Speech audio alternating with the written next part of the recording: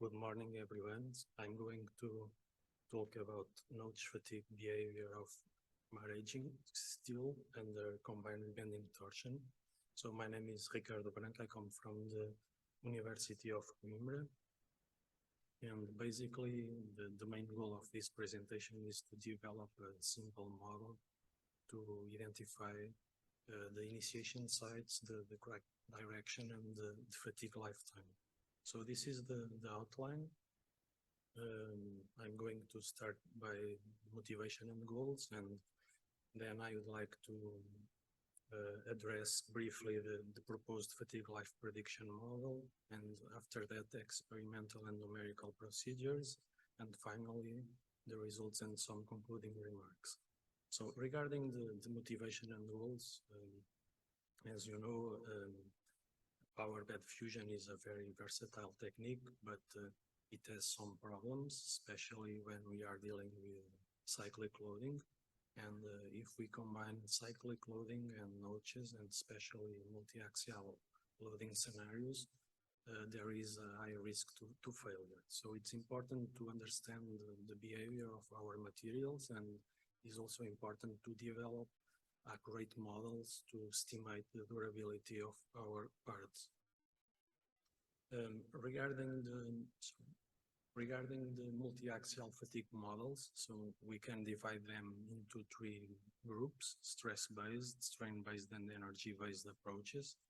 And in relation to the notch effect, we can account it at least using three important variants: the theory of critical distances, the strain energy density concept, or fracture mechanics concepts. However, many of these models require a huge number of experimental parameters, and it is too expensive for a daily problem in terms of industrial context. So interesting aspect would be to develop simpler approaches that require a limited number of constants, and if possible, that require limited and simple finite element approaches. So we propose a simple methodology that combines the SWT parameter and automatic meshes and a very limited number of material properties. So this slide summarizes the idea. So we can divide our approach in two main parts. Firstly, the first approach is related to the material characterization. Basically, we perform uniaxial low cycle fatigue tests under strain controlled conditions, and we are able to relate the value of the strain and the SWT parameter with the number of cycles to failure. So after that, we use this curve as a material representative curve of the part that we are dealing with, and we create a three-dimensional model. Then we evaluate the energy at the critical regions, taking into account the critical orientation, and inserting this energy in the master curve, we are able to estimate the number of cycles to failure. So in this process, we need to separate the initiation part of the fatigue process to the propagation part, and we did that using the LADAT parameter. So basically, we need to calculate the fatigue threshold and the fatigue limit, and we can do that by performing simple tests like fatigue crack propagation tests and life cycle fatigue tests. So in order to illustrate the idea, so we characterized the material. Of course, we did the material characterization in a simple way. We performed low cycle fatigue tests under fully reversed conditions. Then we tested the material in the high cycle fatigue regime for pulsating conditions, and then we did the same in terms of fatigue rack-roll rates also for pulsating conditions. So the material selected in this case was a maraging steel.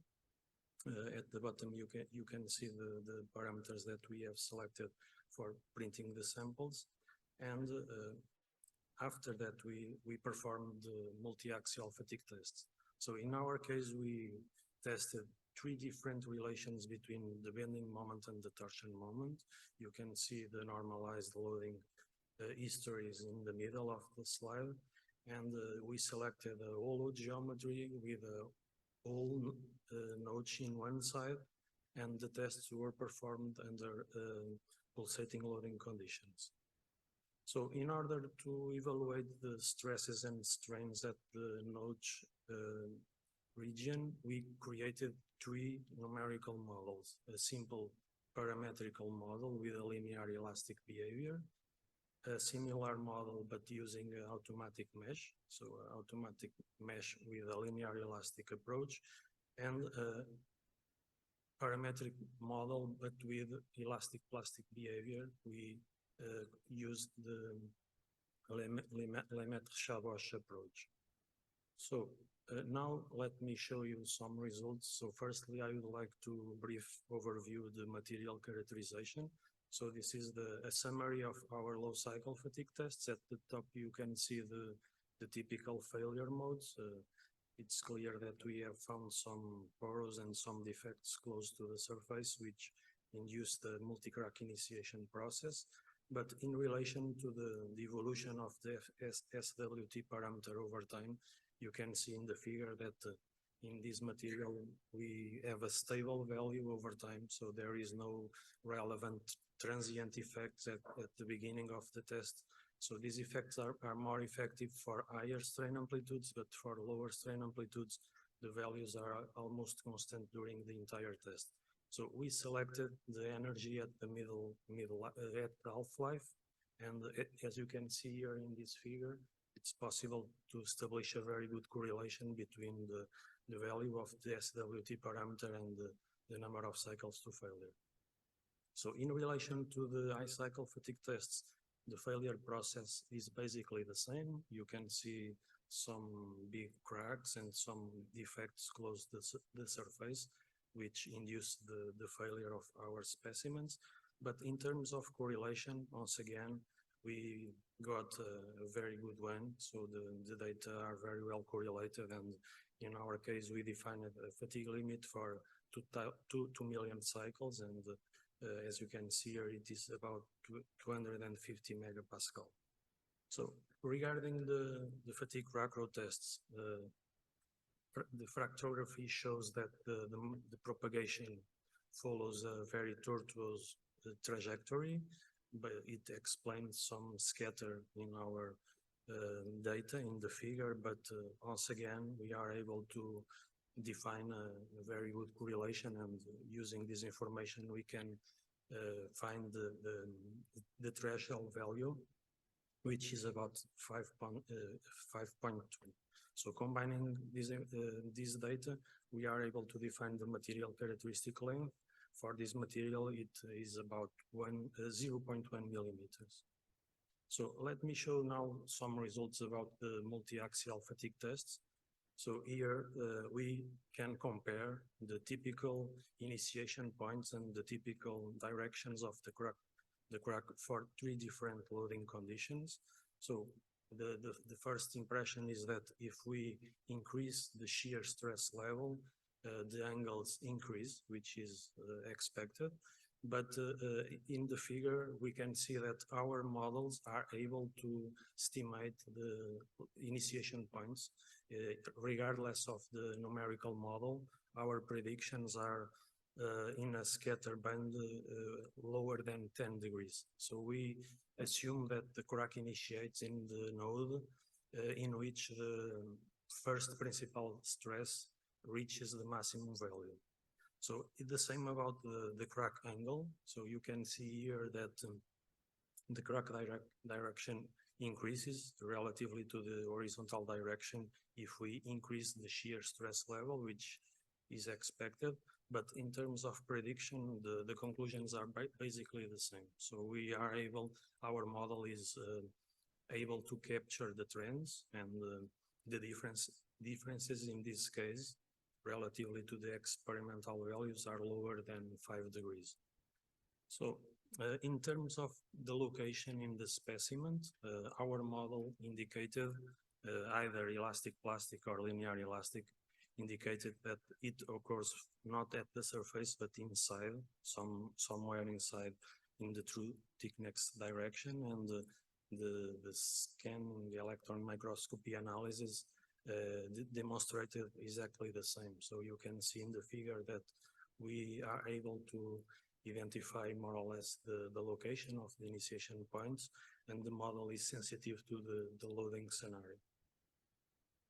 So now, in order to define the transition between initiation and propagation, so we use the material characteristic length. So we are able to define it by inserting this value in our surface crack length versus number of cycles curves, and repeating it for all tests, we can define the number of cycles to Ferreira. So now, relatively to the fatigue life prediction, so here I would like to show you a comparison between the simulations carried out with the parametric meshes and the automatic meshes. And if we analyze the variation of the stresses near the critical region, which we are able to estimate, we can see that there are no relevant differences between the different approaches, which validates the possibility of using a simple automatic mesh. So now, in relation to the linear elastic results, we need to correct them because they are not reflecting the notch effect. So we introduce the Glinka's rule, and we generate equivalent stress-strain loop. And in this case, as you can see, there is very low plasticity, but taking into account the value of the SWT parameter, we are now able to estimate the fatigue crack initiation lifetime. So this is a final comparison between our predictions using the three approaches. So the ones represented in black refer to the elastic plastic model, and the others, the blue and the red, refer to the linear elastic approaches. If we compare the differences, we can see that they are not relevant, and all of our predictions are within scatter bands with factors of 2, which I think it's a promising result. So thank you. To finalize my presentation, only two main conclusions. So basically, the proposed approach seems to be capable to answer the three initial purposes. So we are able to estimate the initiation sites, to predict the crack row directions, and also to estimate the fatigue lifetime. And the second conclusion, and probably most important, a simple automatic mesh is able to help us in defining all these variables. So thank you very much for your attention.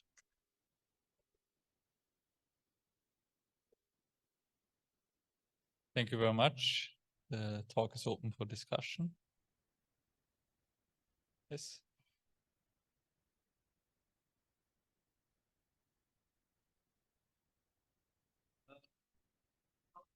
For example, the low cycle fatigue tests were performed for a load ratio of -1. Yes. My question is why the high cycle ones were performed for a load ratio of 0?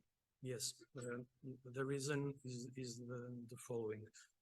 We needed to perform fatigue crack row rate tests and high cycle fatigue tests for a stress ratio equal to 0, because the material characteristic length must be calculated for the same stress ratio that is used in our part, and we performed multi-axial fatigue tests for pulsating loading conditions. So we were forced to use the stress ratio equal to 0. All right, thank you.